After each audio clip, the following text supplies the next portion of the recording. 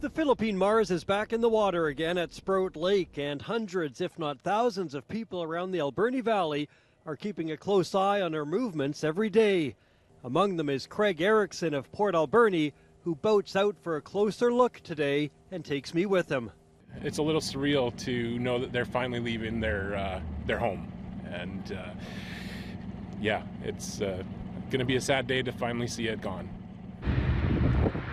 The plane was brought up to speed on the lake Monday as crews taxied her around doing various tests before possibly flying next week. The sight and familiar sound of the four-engine behemoth turned heads immediately, and people started recording, trying to get one of the final shots. Our family had property on Sprout Lake for several years, and it was a daily occurrence to see these huge planes taken off.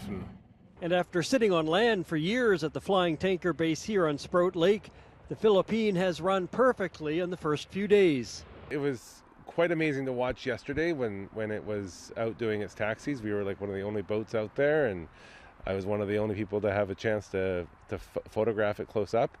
And it's just an amazing sight. The Philippines got its own engines, original engines on it.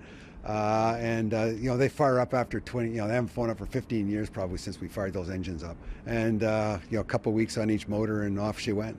The World War II era flying patrol boat, long since converted to forest firefighting water bomber, will be flying one last time around November 18th, one final flight to a museum in Arizona.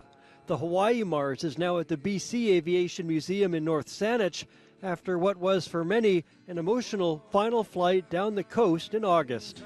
We'll probably take it up on the east coast of the island again and fly over to Hawaii. They can say goodbye. They've been partners there for 80 some odd, almost 80 years. Mm-hmm. So and then off we go, down to the down to Frisco.